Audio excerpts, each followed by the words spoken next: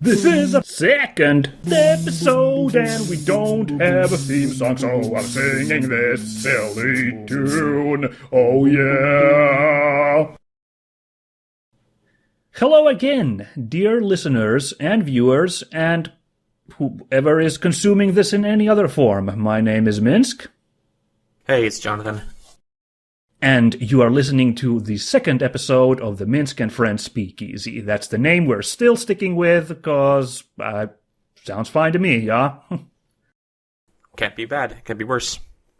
Yep. So, thank you to everybody out there who listened to our inaugural episode. We did get a few views on YouTube. Haven't seen the podcast end stats, but we did get some views, and that's great. Hope you guys enjoyed. We certainly enjoyed picking our brains apart on Final Fantasy VII, didn't we?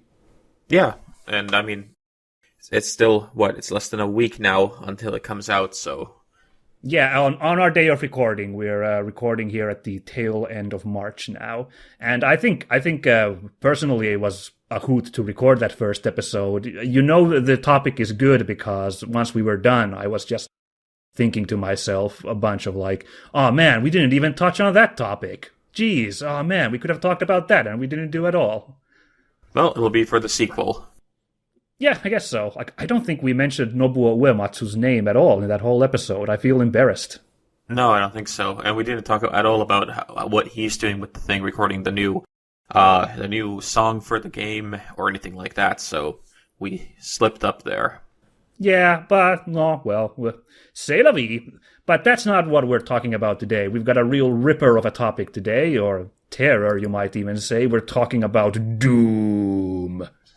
Doom Eternal, to be specific, which has just come out a week ago as we're recording this, today or day here and there. Yeah, should be a lot to chew on that as well. Here's a fun little trivia thing for you first. Do you know what inspired id Software to name their game Doom back in '93? No, tell me. It was the Martin Scorsese film The Color of Money from 1986, I think? Okay. Where Tom Cruise is this really hotshot pool player, and he has a fancy pool cue in like this carrying case. There's a part where a character is like, what do you got in that case? And Tom Cruise is like, in here? Doom. And that was so impactful for id Software. They were like, whoa, that sounds cool. And that's why they named their game Doom. That's really cool. I didn't know that. And I kind of feel like a slacker for not knowing it, considering Scorsese is one of my favorite directors, and I love The Color of Money. You've seen that film, okay. Yeah, it's a fantastic film.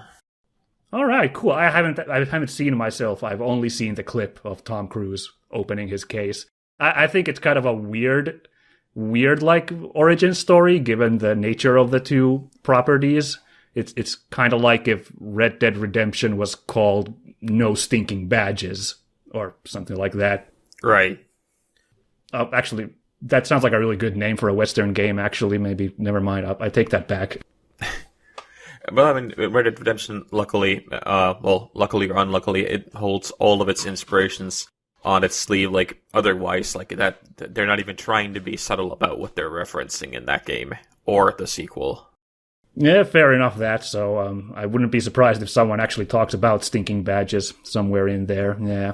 Yeah. But on the topic of Doom, right, So, Jonathan, what's your history with the franchise in general, going back to the 90s? Are you a big fan? I don't know, like, how are you a big fan of the game? Because there's not that I know of, ever been a plot until the last two games. And I remember playing them when they came out on, like, the 386, the 486. Like really old. The original ones, you're saying? Yeah, the original ones on the PC when they came out, and I remember them being very, a lot of fun. Very, very. Most of the fun came out from the fact that parents were outraged by them, like, it'll bring down the monarchy, and. Oh yeah. It was great for that. It was the same way how when you start listening to heavy metal and everybody's like, oh, you're gonna become a Satanist now. it was just that whole aspect which made it a lot of fun. I don't think it ever got to me in the way that other games did, but I certainly enjoyed them. And then like there was some decade or 2 decades almost of not playing them because they weren't really good. And like I know that it came out on the Nintendo 64, and I just didn't play it, didn't even look at it. So casual fan, that might be accurate. Sounds good. I mean, yeah, it's a series with not like a lot of entries. I mean, if you look at the amount of ports, there's a ton of entries. It was ported onto damn near every like piece of gaming hardware that came from 93 up to the modern day. But there's even a port on a calculator. I know. Well, one of those Texas Instrument ones. That looks fun. I have a Texas Instrument left from my high school days somewhere. I don't know if it could run Doom or not, but yeah. For myself, I am a huge fan of this franchise. It's been like parts of my life since my childhood. Like you, I haven't played it all the time, constantly. It's been an on and off relationship, but I was, I think, 93, so I would have been 4 years old when Doom came out, and my big brother had it, and that was the first time me watching him play at a very age-inappropriate time, but yeah, it's always been around there, and I know the series super well. People who are coming to this from watching my channel will know that every year on Doom's birthday, I always record an hour-long episode of me playing a fan-made Doom WOD from 20 years ago as like a retrospective. Last year I played Batman Doom. I had a ton of fun recording that episode. I recommend everyone goes watch that. Shameless plug. Not necessarily for the Doom content, I just like the opportunity to talk about Batman for an hour, but so I have a lot of feelings for the Doom series. I try not to be a blind fanboy, but the 2016 one was brilliant, absolutely great. And I guess we can get into the latest one, this sequel, Doom Eternal. Now you, Jonathan, I know you've made a review of this already on your website, a written review, so I understood you've played through the whole game. Yes, I reviewed this on my website on Toisto, and then I reviewed it also in Finnish for Tilt. And so I've spent a fair amount of time with this. I think I've beat the campaign now, and I've gone back and collected most of the hidden stuff. So about 15, 16 hours spent with the game. Okay, 15, 16 hours is enough to do a couple of runs of. It's enough to do the full campaign for me. That took about 13 hours, and then about 2 hours of just clean up. Yeah, picking certain levels and going and finding missing hidden items and stuff. And I think that already says a lot about Doom. Like, I don't usually go and do any achievements or any kind of, if I miss an item that's not essential for the story, I 99% of the time don't go back for them. But with both Doom 2016 and then Doom Eternal, I have gone back and collected everything because it's just so much fun to explore that world and to just go and pick up things. I'm of the same mind. Lately I very rarely replay games. I just don't have the time, honestly, to go back to a bunch. So I can agree with you on there, and I might play this a little bit once we're done with it. In my case, I have not played through the entire game yet. I've played up to the first boss that I've played through that levels. I believe that's about 1/3 through the game, because I've heard that there are 13 levels in this game. So the first boss is on level 4. So basically what this episode is going to be like is it's more of a thorough review from your point of view. From me, it's going to be more of impressions, what it's been like so far. That's how this is going to be going today. Okay. Well, I mean, we can also talk about how good Doom 2016 was, because we both seem to have loved that one. Absolutely, and I think we both love this one as well. Like, what I've read of your review was very high praise for Eternal. Yeah, I really, really, really, really like this. it's weird because I said that this is the kind of game that if you never play games and you're wanting to get into games, this is the kind of game that makes people get into them because it's got everything this kind of a genre does well, and it's like really brought to the peak of it's been fine-tuned to perfection almost. But weirdly, after playing it and after kind of sleeping on it and then going back and playing Doom 2016, I almost feel like Doom 2016 is in some ways a little bit better. Oh, really? Interesting. And I think that's because 2016 isn't as hectic as Eternal. Eternal is great when you're in it, when you've already warmed up, because it takes a little bit of warming up to get into the fast pace of this. But then 2016 is a little bit easier to access, and I think that getting older and losing your reflexes makes it so that it's just a little bit more fun to play. But it's that might change over time again because I've been going back to Eternal, and every time I go back to it, all my kind of qualms about I didn't like that or that feels too hectic, I forget about those and I'm right back into enjoying it. So whatever the game does, it does it so well that I end up not caring about my problems. Right on. I agree with that, except I'm not sure yet. I might actually enjoy Eternal more than Doom 2016. That's my current vibe, but I do agree that this really feels like an upgrade to 2016 in the sense that they've just gone way harder on the mechanics of the previous game.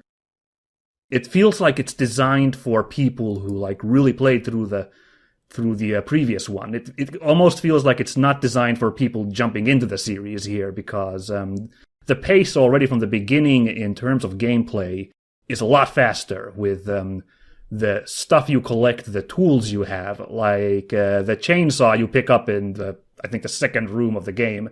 You had to go through a couple of levels in 2016 before the chainsaw mechanic even opened up. Right. And one of the things I remember about 2016 is that it didn't have as many of the tools as you have now. Here, when you're playing, you have to constantly consider that, I'm running out of armor, I have to use the flamethrower to set the bad guys on fire, I have to use the chainsaw to get some more ammo, I have to remember to do the punch to clear out weaker enemies. You have to constantly be balancing all that, and it's a little overwhelming at times. Absolutely, that's true, and at the best of times, it feels super rewarding once you get into that flow. I can totally see, and I've had moments where I get out of the flow, it's then I get overwhelmed in the game for sure. Which difficulty did you play Eternal on? I think I played it on Hurt Me Plenty. It wasn't the easiest one, but the second easiest, I think. Right. Well, for some reason, I was feeling a little crazy this time, because normally, I would go for that as well. But I actually picked the one that's one above, Ultraviolence, because I was like, I got a good appreciation of the mechanics back in the previous game, so I was like, well, let me try out the little crazier one, and it is really, really hectic, definitely, when you get into those fights. And what you were saying about picking up stuff, for people who don't know, the chainsaw has this interesting mechanic where when you kill an enemy with a chainsaw, the enemy will drop a bunch of ammo. That was already in 2016. They've upgraded on that system in Eternal by adding a flamethrower to your arsenal, which has the same effect, except enemies drop armor, which you can pick up. Add on top of that, you have your melee attacks, your finishers, your glory kills, which will drop health, and basically every enemy in the game is like a walking supply depot. And that's what I'm saying about this thing being ramped up from 2016. In 2016, that wasn't entirely necessary to engage with those mechanics. There were still stuff to pick up in the environment, ammo, health, armor. And like I said, armor you had to pick up from the environment. Playing it on Ultraviolence, I feel like you have to engage with these getting items from enemies mechanic. Also, not just the difficulty, but also they reduced the ammo amount you carry. You have a lot less ammo in this game, at least in the beginning. You get power-ups that'll increase your ammo capacity. Well, I'm like constantly fairly low on ammo in this game because I'm blasting at the demons and my reservoirs get empty. But that actually does contribute to this flow mechanic where I feel that you're motivated to constantly use these tools to pick up more items. And at its best, it's super cool to me because I don't really watch the timers. All of these like special abilities have cooldowns on them.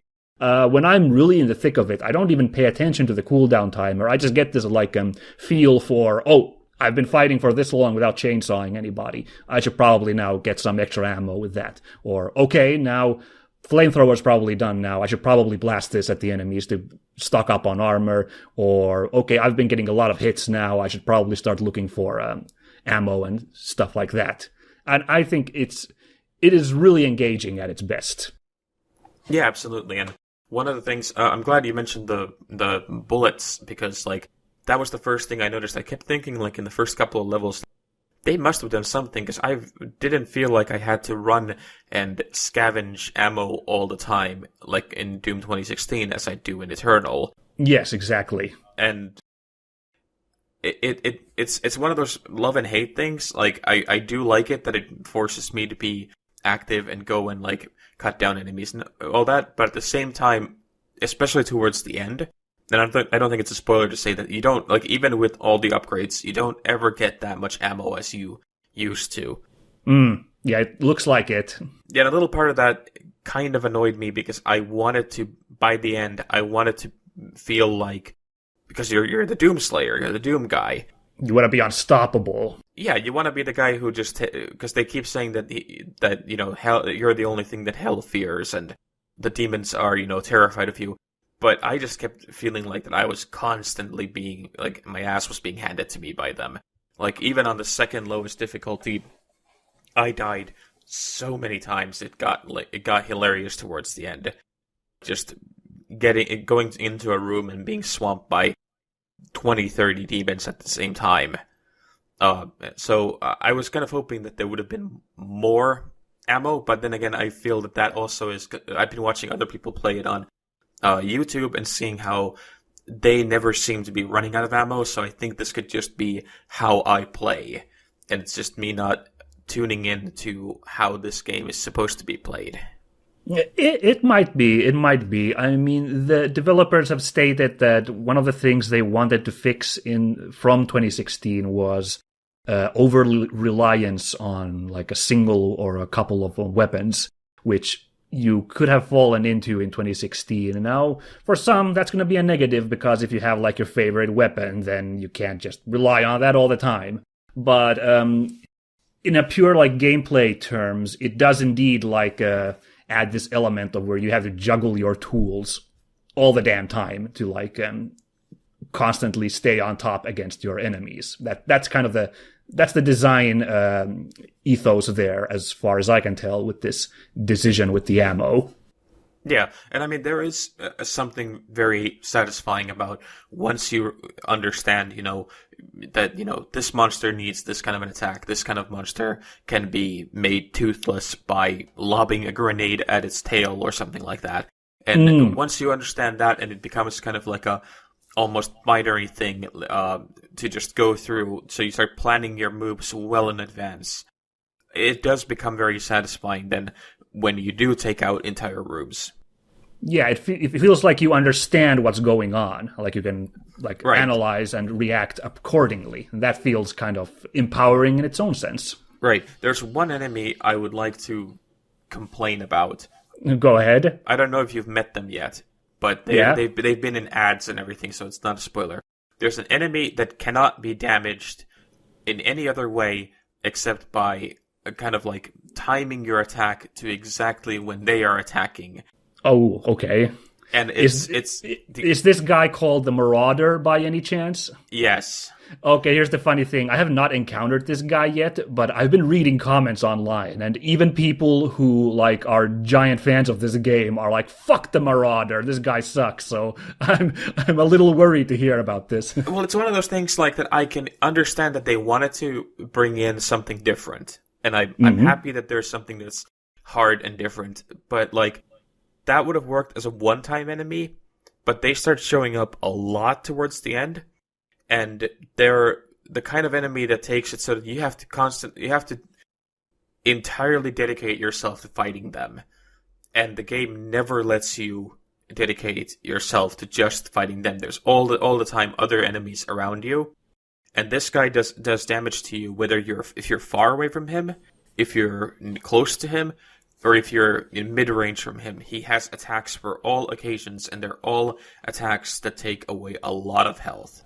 Oh man, that sounds like a fighting game character almost. He's like got a move for every part of the stage you're in. Right, and you have to constantly be on your guard with him, and you can only hurt him like by having your timing exactly right and hitting him with an exactly right weapon.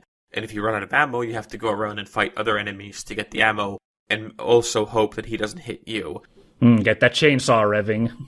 Yeah, and it's one of those things that it breaks the flow. It's not like with a Baron of Hell or one of those big guys that are imposing and difficult to fight, but you feel like you're doing something because you're constantly shooting at them and their bits of their body are flying off and you have to move to avoid their missiles and then you have to shoot them again. That feels fun, and that feels like you're constantly in this kind of a dance with them. Right. The Marauder, it feels like a idea that belongs in a completely different game, and it's the only part of the game that I actively really don't like. Okay, well, I'm got feelings of trepidation because I have not encountered this guy yet, but we'll see. The first time you encounter them is great because they show up as a boss. And it's like a unique encounter. Right. The first time, if that had been the only encounter, I would have been like fine with it because that would have been like, that was really hard. Let's never do that again. Yeah, I feel that. Right. So that would have been fine, and I kind of feel like that they initially planned it as just one encounter because the other encounters, they just kind of show up without any fanfare. And they're just there. So it feels like that they had this enemy and they felt like at some point towards the end of development that, hey, we should probably use this again because we've only used it once. That's kind of original Doom design. Like, they did have boss monsters in the very original Doom, but they functioned basically just like other enemies, and they would show up as regular enemies after their boss encounters. But yeah, I can totally see how that would, in a modern game where it's a boss design is much more of its own thing. I can see that working less well. Right, but even I had to preface that, and like even with this complaint, it's not enough to actually hurt the game in any way. It's annoying, and I don't like that part, but it's still a minuscule part out of a 15-hour experience. Right on. To have that. There's all the other stuff is still so good that every time I complain about it, I'm reminded that it's over pretty quickly, and then you go on and you do other stuff that is, again, really cool and a lot of fun.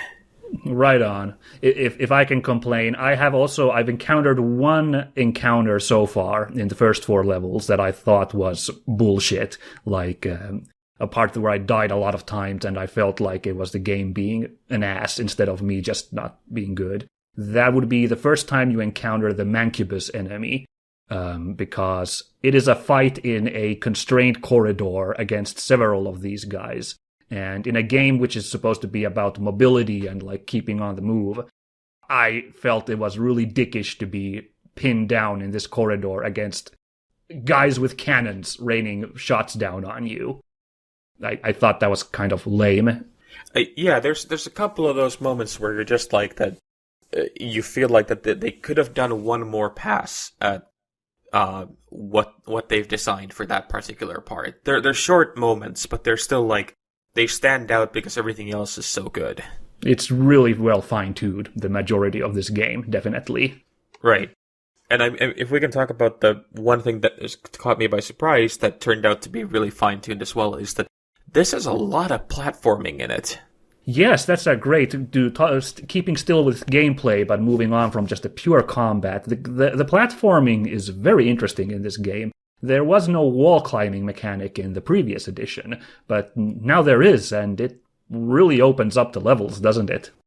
It does, but I was really confused by it in the beginning. Like, I liked how mobile Doom 2016 was, and felt that was, I felt that was like, okay, this is where Doom is now.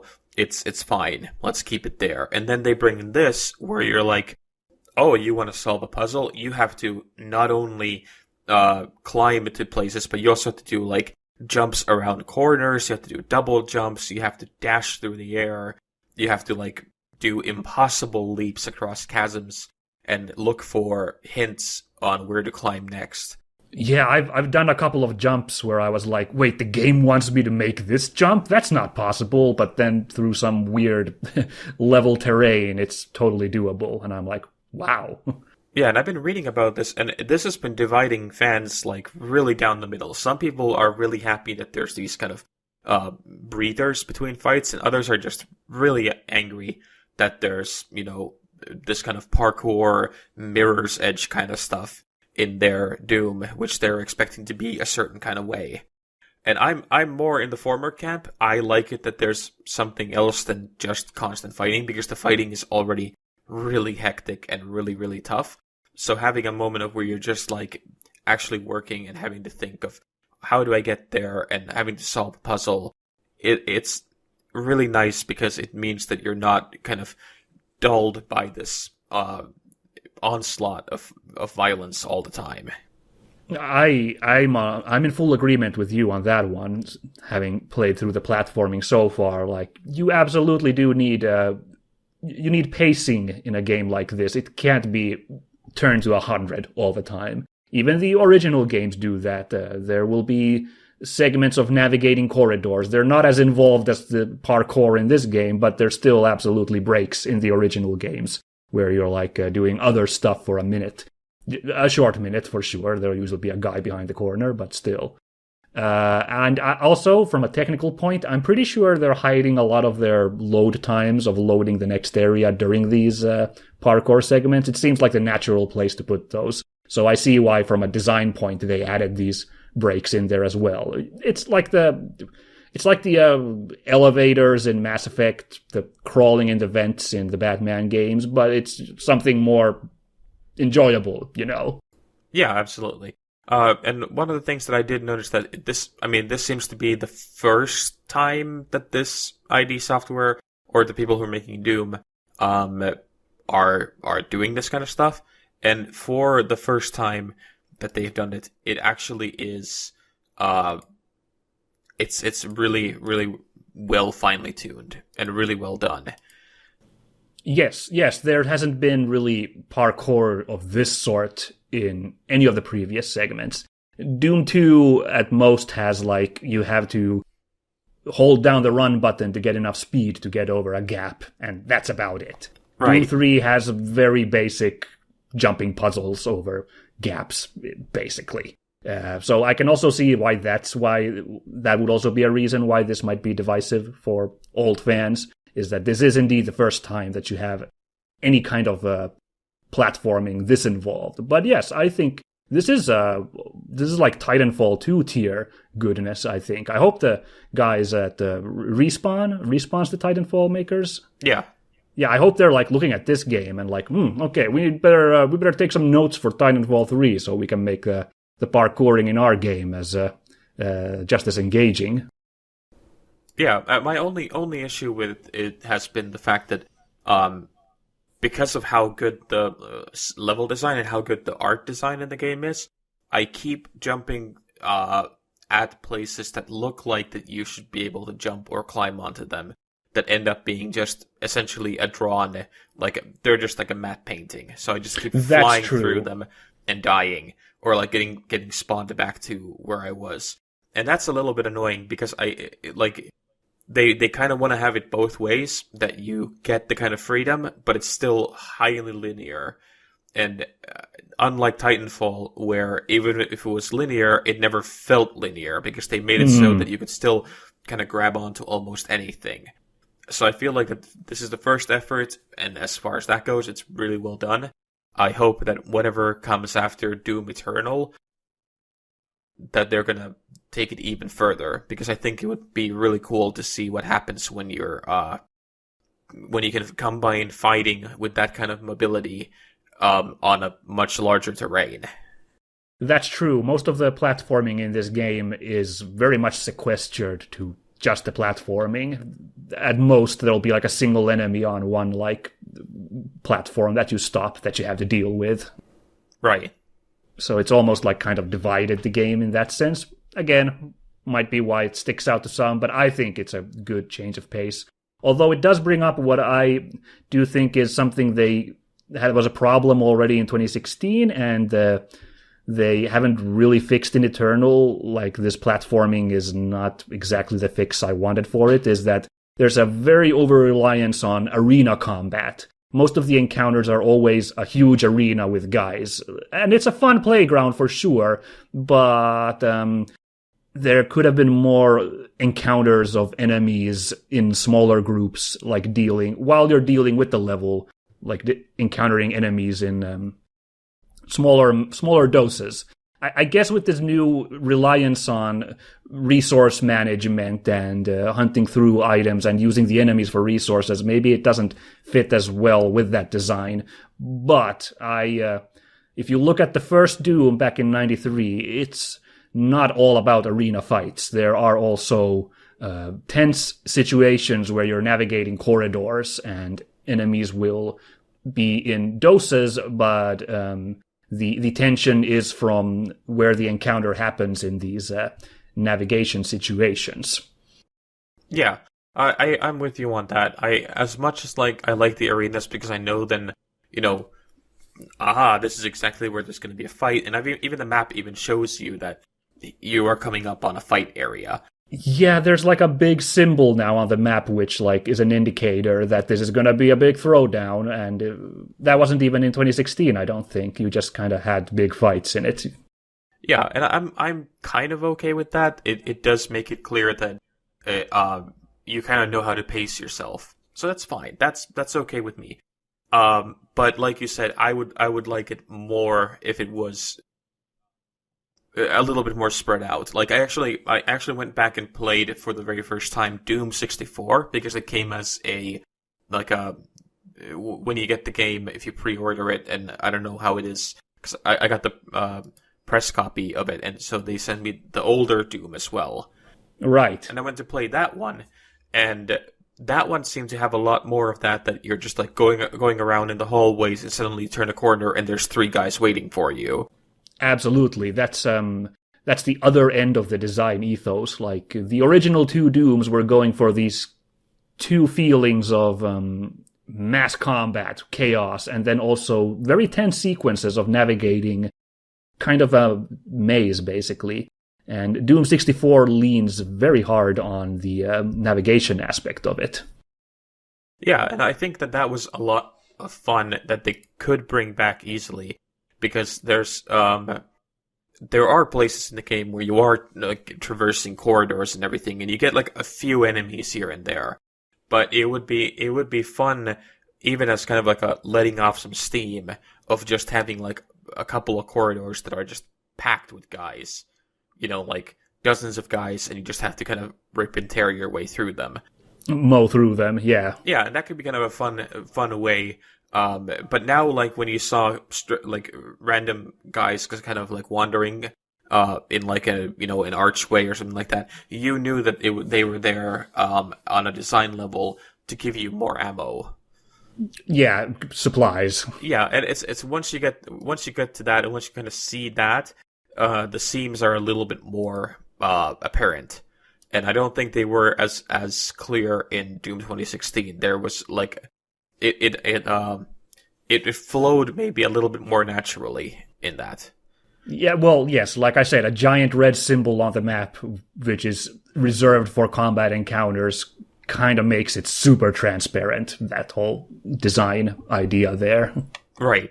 And I mean, again, this sounds like we're complaining, but it's mostly, I feel it's because they're trying something new and they're trying to mold Doom into something newer.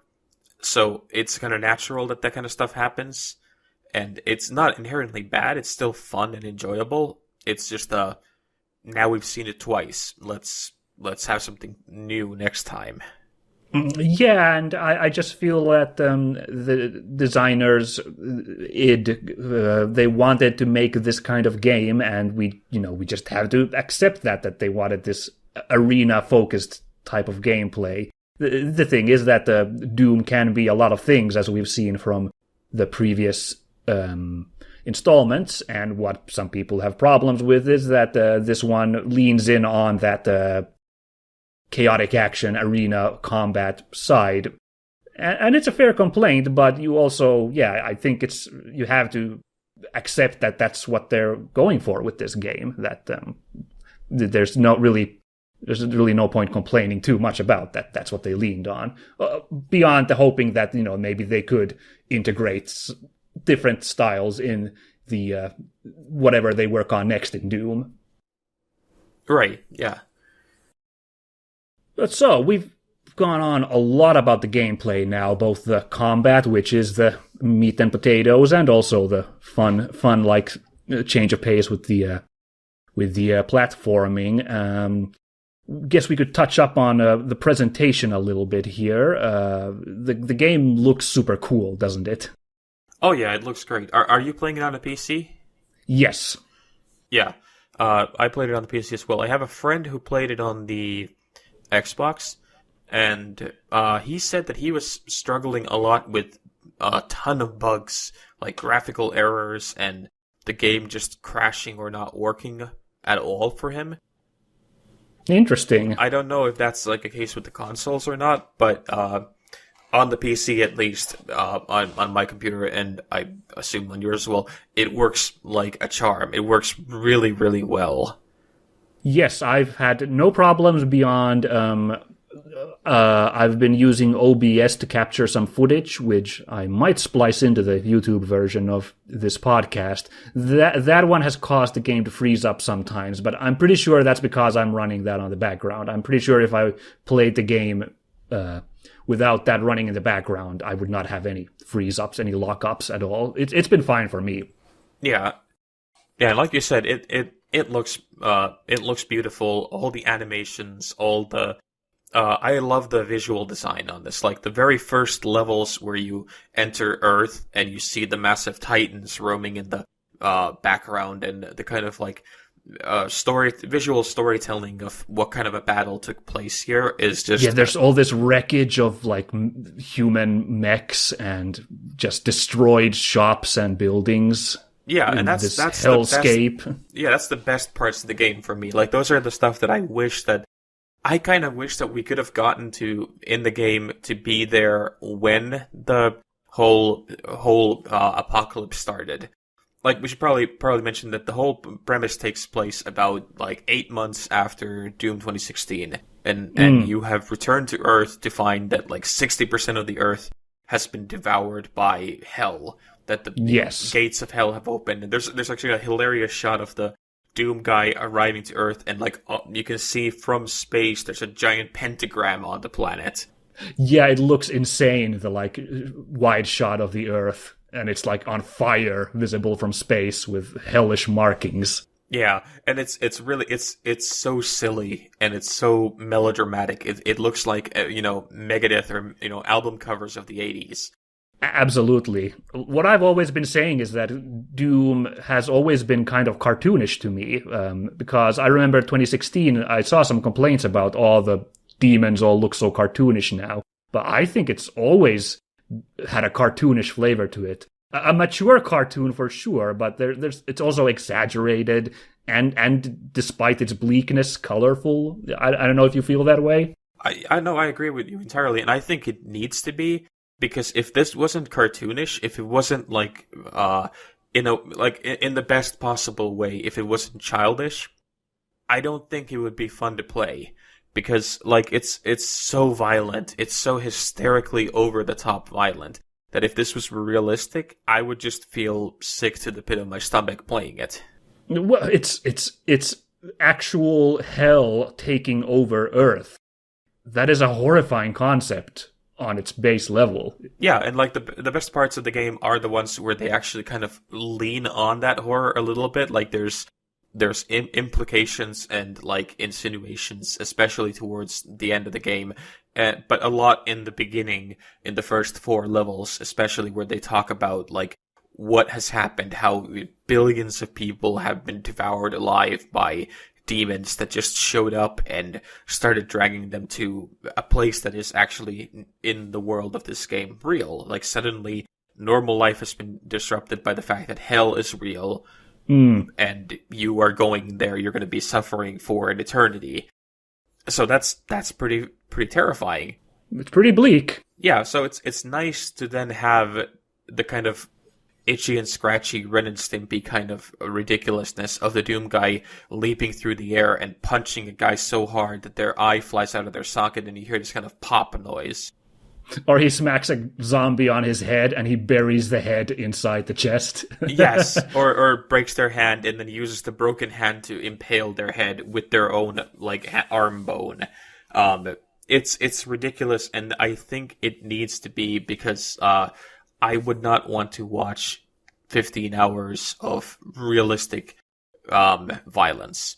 And demons are, in that sense, one of the only kind of villains in games, apart from like Nazis, that you can dismember and gore and kill in a various amount of ways without there being, disturbing implications to it. I have to agree with you on that. Over the years, I've kind of I felt a little queasier about the violence I exact on people. Even if the narrative makes it clear that the bad guys, I don't always feel great about what I'm doing to my villains in games, but I don't get that feeling in Doom, that's for sure. Yeah, Doom is, and also because they're so outrageously ridiculous, like the mechanical spider monster that, comes skittering across the hallways or climbing on the walls. It's so out there.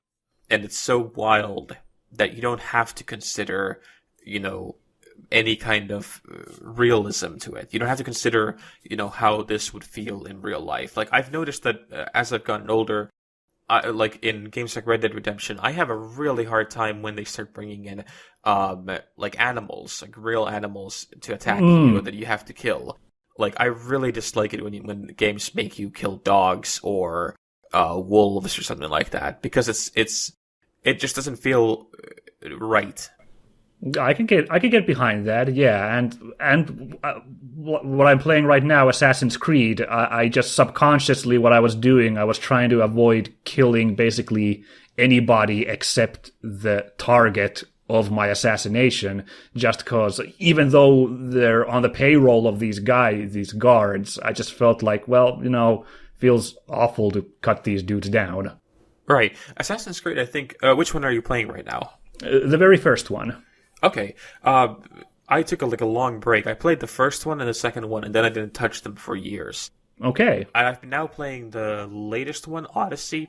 The Greek one. Yeah, and I've been really liking it. It's got a lot of issues, but we'll have to do an episode on that one. But I like it because they've gone the opposite way with it. They've gone it to the point also of kind of cartoonishness in the way that the action feels like you're watching a old swashbuckling movie or a Harryhausen film.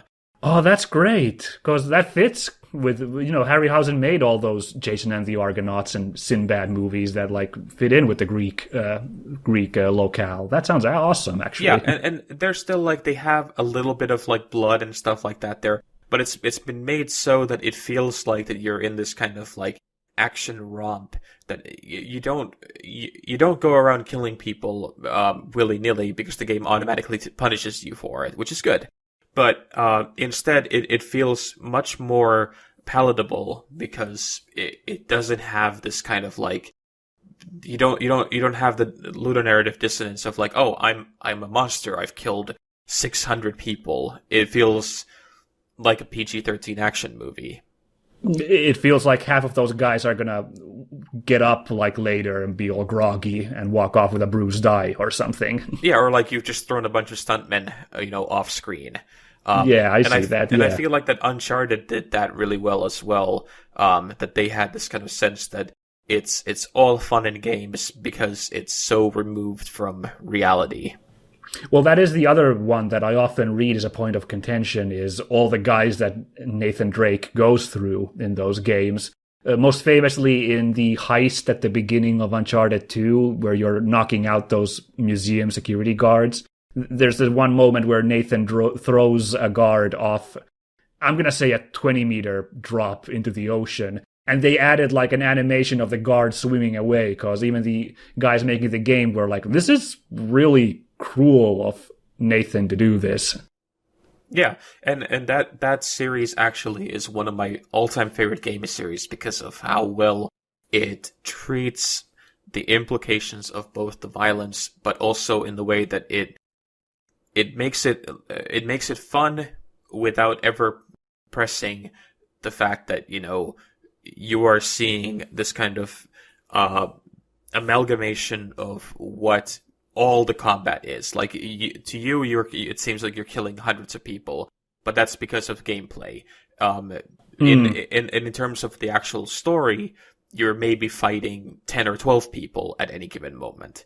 And it's it's very well and finely tuned, and I wish kind of more games would do it.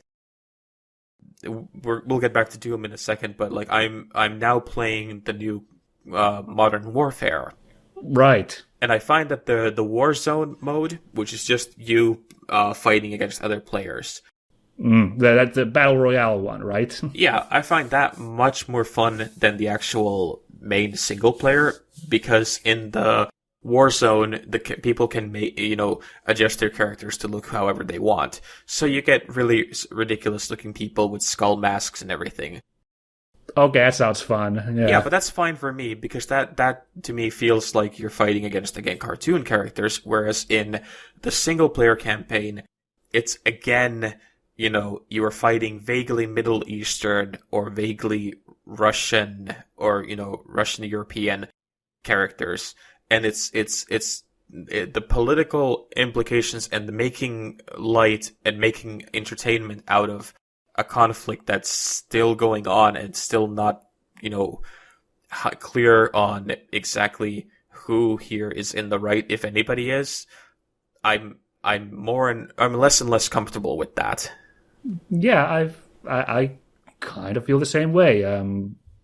Well, I mean, I still end up going through the motions in the end in these games, but I do sometimes get that little pang in the back of my head, like, this doesn't feel super good, does it?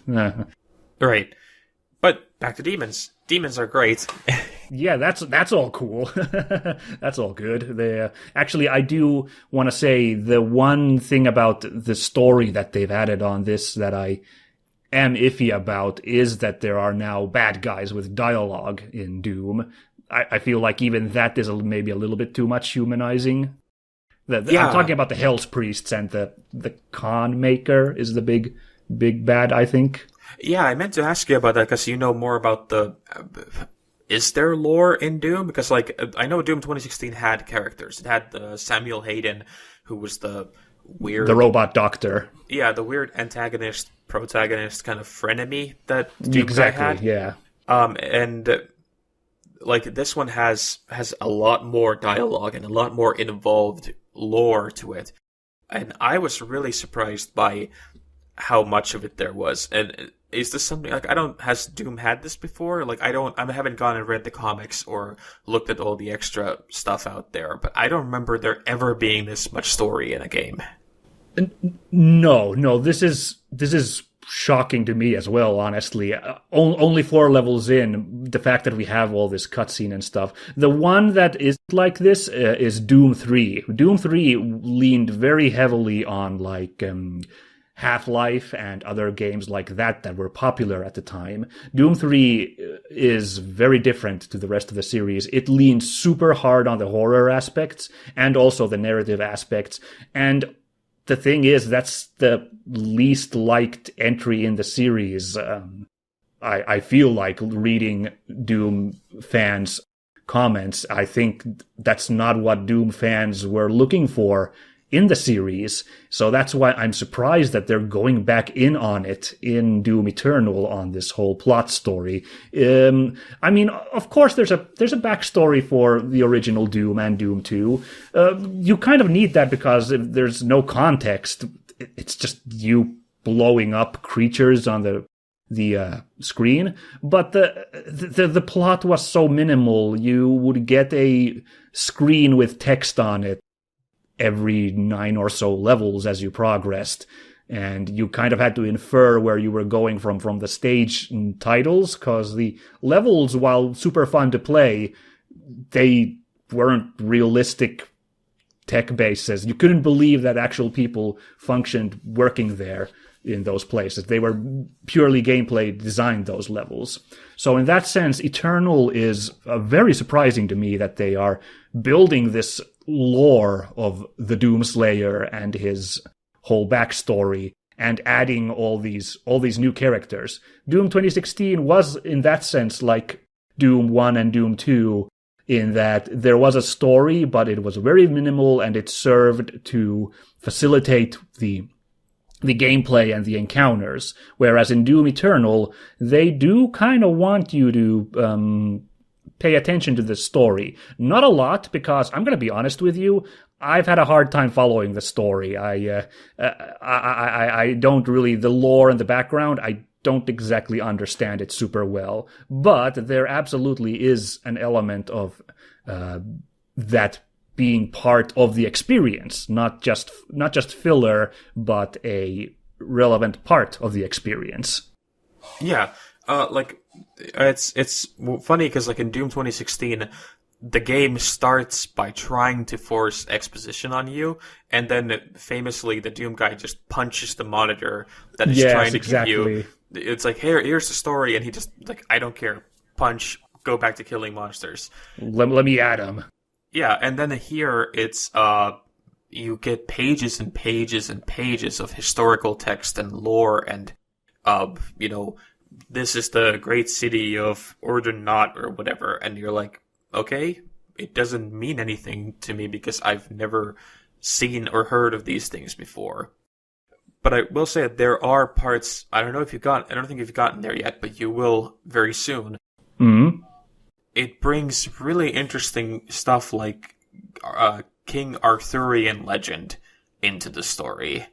Well, the second level was like this weird ruined castle, which was super cool, the change of scenery. Yeah, and that stuff comes a little bit more into play, but I feel like that it's still like that they're kind of treading, like dipping their toes into the water and kind of seeing what works and not. And I wish that in the future they would go even further, if they're going to be doing storyline, go even further into that, because it would be really cool to see Doomslayers fighting, demons in King Arthurian times, or... Oh yeah, that would be cool. Ooh, yeah. If they're doing this thing of like that this is the, an eternal battle between good and evil, then let's see an eternal battle. We don't need to just see constantly in this kind of vaguely futuristic world. Well, I that sounds really ambitious, but it also sounds like it could end up a bad product in the end. So I'm not sure if id Software is going to lean on that. Like a medieval times Doom also sounds cool, but it also, well, actually, now that I think about it, I'm just talking about the video game Heretic, aren't I? That was a game based on Doom that was like sword and sorcery fantasy. All right, yeah. Go ahead, id. Make a medieval times Doom. That sounds rad. Oh, yeah, but now I want a Heretic game, because you just reminded me of all the good times I had with that game. Like, I love the fact that you had a wand that essentially rapid fire shot, balls of fire. So I would love to see that with this ID Tech engine that they've used to create Doom. Oh yeah, absolutely. Heretic and Hexen are like super cool, even though they don't even like add that much on the Doom formula, but it's just something really neat about this sword and sorcery adventure from a first-person shooter aspect. That might be a little tricky because those were made by the company Raven Software, and I think they still hold the rights to Hexen and Heretic, so I'm not 100% sure if id could make those spin-offs, but if I were working at Raven and I had the rights to those, I think right now would be the time to make a modern-day Hexen and Heretic. Just a little tip there for you guys. Right, I think Raven is, aren't they doing the Call of Duty games? Because I think that they're working on, like, the spin-off series for Call of Duty. Ooh, I'm not actually sure what Raven is doing nowadays. Let's just Google here really quickly what Raven Software is up to nowadays. I have to I think they made the Soldier of Fortune games. Oh, right, but that's like 20 years ago already. Yeah, like this is again me just being like, well, a while ago they made those. This used to be nothing but farmland. Yeah. Let's see. As of April 2014, the company is the lead developer of the free-to-play Chinese Call of Duty title Call of Duty Online. Okay. That's... Never mind. The company also remade Call of Duty 4 Modern Warfare, titled Call of Duty Modern Warfare Remastered. Okay, so that's their... Yeah, so I figured I've seen their name around, so they must be doing something. Yeah, it looks like they are. Yeah, they are doing Call of Duty stuff now. Okay, I see. Well, I mean, if you guys at Raven want a change of pace, there's an audience, I think, for Heretic Revival. Yeah, there's at least 2 guys. There's dozens of us. Yeah, we are legion. I got like 40 subscribers on YouTube. You won't believe the numbers you're gonna get. Mostly in the sense of, I can't believe we got so few sales. Right. Well, it can't sell any worse than Titanfall 2 did. Don't remind me. Titanfall 2 was so good. Oh yeah, Titanfall 2 is one of the best first-person shooters ever made, and I am sad that it essentially sold 15 copies. Yeah, I mean, I'm to blame, unfortunately. I bought it, but it was a bargain way after release. I kind of knew that it was going to be awesome, but I still just didn't have the time back then. Well, at least they're banking on Apex Legends and Jedi Fallen Order, so it's not like Respawn's in trouble at the moment, so we can at least be grateful about that. Oh yeah, that's true. And like I was not a fan of Jedi Fallen Order, but I'm at least glad that they got to do something that was vaguely better with the Star Wars brand. Oh yeah, I'm a huge fan of Fallen Order, but I'll admit that it's very biased from the lens of most Star Wars games have been really crap. So the fact that this one's decent actually makes me go, man, this game is cool. Oh yeah, like on that level, I'm on board. I would happily play Fallen Order, for 100 hours compared to any of the other Star Wars games that have come out in the last 15 years. Yeah, I will say that. I'm scratching my head here. What other Star Wars game would have been really good lately? But I don't know. The last one I can think of is probably Jedi Academy. Yeah, that's really long ago. Well, didn't it get a port recently? It did, Did it get a Switch port? Yeah. Yeah, and I mean, I'm glad that is still remembered because that was a really good game. And then, of course, the Knights of the Old Republic, but we're talking like 2003? Yeah, mid-aughts, basically. There were the Force Unleashed games. Those were okay. I think the first one was okay. I never liked the second one because I feel like that was just... it was essentially like an expansion pack. It wasn't that much fun to play anymore. I'm not sure I even played the second one now that we're being honest here, so... Yeah, but we're talking at least 10 to 15 years minimum before, like... when we had a good Star Wars game. Yeah, that's about it, yeah. Well, on the Doom topic, we need to start wrapping up soon, but I think we do have to talk about the music a little bit before we close off for today, right? Yeah, Mick Gordon's wonderful, wonderful soundtrack. Mick Gordon is... I'm standing super hard here, but I think he's the best composer in video games at the moment. He's so good with his musical work. Wow, them's fighting words. Oh yeah, who would you elevate above him? I I would at least like to mention, I mean, Uematsu's still working, but I would... Okay, yeah, okay, fair. You got me there. Yeah, but I would also say, I can't remember, I'm terrible because I can't remember their name, but the person who made the music for, the Disco Elysium. I haven't played that yet, so I don't actually know the soundtrack to that. I'll have to look that up, the soundtrack, now that you mentioned it. That might be cheating a bit, because they are a British band, and they kind of came to make game music for the first time. Yeah, British Sea Power is the name of it. Interesting. Never heard of them. Yeah, that was a really good one. But then also the people who made the soundtrack for, again, an ID Software game, the Dishonored series. Oh yeah, Dishonored does have great music. I'm not gonna fight you on that for sure. Yeah, but other than that, like, okay, I will not argue. Mick Gordon's Doom soundtrack for both Doom 2016 and Eternal is just, it's the kind of crazy, ambitious metal that you'd think that it would get tiring listening to it for hours on end, and yet it never does. Yeah, it's such good pulse pounding, like, industrial metal. It is super cool. And maybe I'm being a little superlative in my praise for the guy, but I would also recommend everyone who hasn't heard it to just go listen to the Killer Instinct soundtrack, the remake of Killer Instinct, where he actually gets to do a wide range of music. Doom, the two Doom games, fantastic soundtrack, but it's a lot of either industrial metal or pure industrial, like, horror. Killer Instinct, he gets to, like, globetrot around the world with his music, making Native American themed, like, rock music and crazy industrial metal for the robot characters, and he just all over the place, and it all sounds amazing coming together. That's his best work in my mind, is the Killer Instinct soundtrack. I'll have to go listen to that. I never played the Killer Instinct games because I'm not a big fighting game fan. I haven't played either, because Killer Instinct in particular is a very demanding fighting game. I feel too baby for that, but damn if I haven't listened to that soundtrack over the years.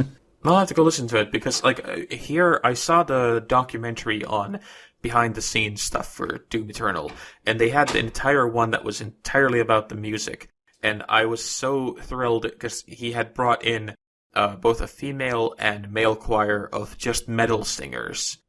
Oh yeah, I heard about that. I didn't see the documentary, but I heard that. Yeah, and you can hear them on the soundtrack every once in a while, vocalizing, and it's one of the better parts of it. And then they had one of the guys who they brought in was the now deceased lead singer of Tanger Cavalry, the Mongolian metal, like folk metal.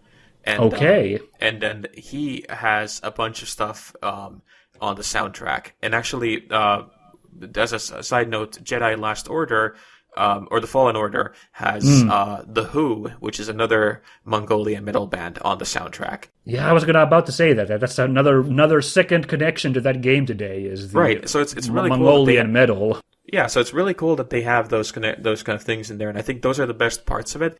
And I kind of wish that, now that you mentioned that he has done other genres in Killer Instinct, that since they already leaned on other Arthurian legends and other stuff, that they would have also pushed for more metal styles towards the end.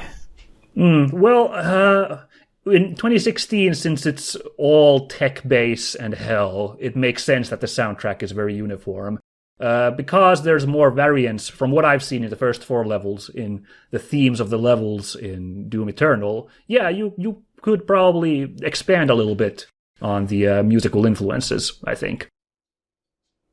Get some power metal going. Yeah, but no, actually, I was going to say that would just make it cheesy, but that would just be great, honestly. I mean, I have the dumb Commander Keen music playing whenever I hang out in my Fortress of Doom. Oh, man. Do you love that place in the game? Yes, we haven't even actually managed to talk about that, but yeah, the Fortress of Doom is just easily the best new thing that they've added into the game. It's so funny that the Doomslayer now has a home base, a Justice League-style satellite orbit home base. It adds that cartooniness that I talked about, that he has like this Saturday morning base to hang out in. It's super funny. That have you found his office already? Yes, his crib is so hilarious. It's full of funny references and just goofy little details. I spent so long just staring at that room when I found it. Real joy. Yeah, and then once you start finding like the hidden albums in the game, it's really funny to start, because he starts really framing them. So you have framed vinyls around the place, like it's like a bachelor pad.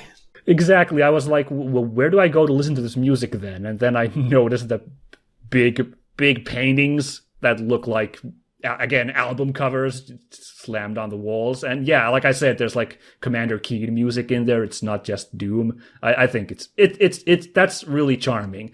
It's maybe it is, sometimes it takes long to navigate the place, but I don't mind it. It's the couple of times I've been there, it's been a real barrel of laughs hanging out in his fucking fortress of doomitude. And it's one of those things that, again, it's really necessary and important to have so that you're not just constantly being barraged by violence. Absolutely. A little breather with some levity in there. It's real good stuff. Well, our time is coming up here, so do you still have anything you feel we should add about this game that we haven't dissected yet? Well, I feel like we can, but we probably should save it for a second episode, because I feel like once you actually finish the game, we will be able to discuss a little bit further, because there's a bunch of things I want to talk about, but they would be really big spoilers, and there are turns that the game takes towards the end, because it's about 13 levels. So you're, like you said, third of the way through. Right.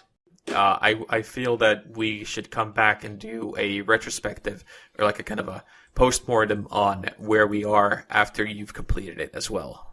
Okay, that sounds exciting. That also sounds promising for the game, that you feel that there's enough content there that it'll form a second episode for us to talk about once I'm done with it. Like, that's really good promising description of the game that's coming up for me.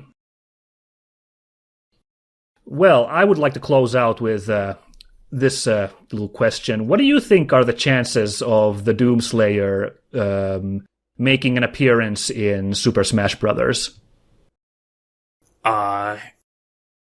Pretty high, I guess. I mean, he's such a iconic character, and they've been adding the weirdest possible guys in there. Hell yeah. I kind of feel that until we get Waluigi, it's all, a moot point anyway. No. Your favorites missing? Not my particular favorite. My favorite has always been Link, but it feels like that right now it just needs to be complained about, because Nintendo has made it a point of not adding him. So yeah, get on it, Nintendo. What the hell? Yeah, now it's just a bitter feud to see who caves first. Yeah, I like a year ago, I still felt that was just like a meme. Like, yeah, get Doomslayer in there. But now I actually feel it. I feel like with the hype, the share of the public conscious that Doom has at the moment, and how iconic the character is, and just how, like, I think how fun he would play in Smash. I feel it's almost owed upon us to have him show up in that game. Maybe that's a bit too grandiose. I don't know. It would certainly be something to see, to have a Doom guy punch the hell out of Mario. Oh my goodness! Yeah, exactly. That and that cartoonishness again kind of plays in Doom's favor here. I think. Yeah, remove absolutely. the blood and guts, and I think he'd still fit in fine with Snake and Bayonetta, who already got in there. Oh, right, yeah, if Bayonetta's in there, I don't see why the Doom guy couldn't be. Yeah. Well, and also Doom guy's best friend Isabella is already in there, so, All right, yeah. Have you seen those memes online? Yeah. Oh, man, I love that. That's my favorite meme at the moment. It's just such a fun idea of those two hanging out. Especially with him teaching her how to aim. Yeah, and then him hanging out on the Animal Crossing island. I'm not into Animal Crossing at all, but I think that meme is so adorable that I'm like super into it. It's always brings a smile to my face when there's a Isabella Doom Guy crossover picture online. Oh, it's one of those things that, like we talked about, it's always funny when we have something as supposedly serious and over the top like the Doom Guy, and then putting him into the most uncharacteristic situations. Yep, yeah, I'll agree on that one. Well, we are overdue today on this episode. In conclusion, this is a fantastic game. I would recommend this to anybody. Maybe I'd say play Doom 2016 first. Again, because the intensity is a little surprising in this one. What do you feel? Yeah, play Doom 2016 first, and I mean, it's like on sale, I've seen it as low as €5, so it's not exactly a big investment anymore. That is a total bargain if you don't have that game yet. And Doom Eternal will be a great follow-up once you're done with that. Maybe take a break, because even Doom 2016 is intense, but once you've cooled down, I recommend this game. Yeah, absolutely. Go play it. Okay, well, thank you again, everyone, for listening. I've been Minsk, and this has been Jonathan. This has been another Minsk and Friends Speakeasy episode. For my stuff, you can find it on the channel on YouTube, Minsk and Friends, where at the time of recording, we still got Owlboy and Vesperia running. I'm going to start Assassin's Creed in April. The episodes will be coming out, and I've really enjoyed that, so I recommend those episodes to you guys at home. You got anything fun cooking to plug? I have actually. Next week, I've got reviews coming out of at least the new One Piece Pirate Warriors game. Yes, all right. How's that been? Just give us a real quick, 2-sentence. I have never watched, played, or done anything related to One Piece before, so I'm horribly confused, but it's still fun to play. Okay, well, that's pretty good to me. Indeed. We don't know yet what our next topic will be again. We got a bunch of big games are still coming. This year is packed, so we're not going to be starved for content, I don't think. No, and I mean, actually, I will plug that I made a mammoth article. It was like 12 pages long on the 15 big games that I'm looking forward to. And you can find that on Toista.net. And that's just going to cover something that we will definitely talk about during the year, because there are games that I'm sure both of us are going to be excited about. Yeah, I saw that article. I was like, oh yeah, Ghost of Tsushima is a thing too. That was big on my radar a couple of years ago, and now it's finally coming out, isn't it? Yeah, it's only a couple of months now. Yeah, exciting times. But that'll be all for next time, so thank you everyone for listening, and catch you again in the future. Goodbye! Bye!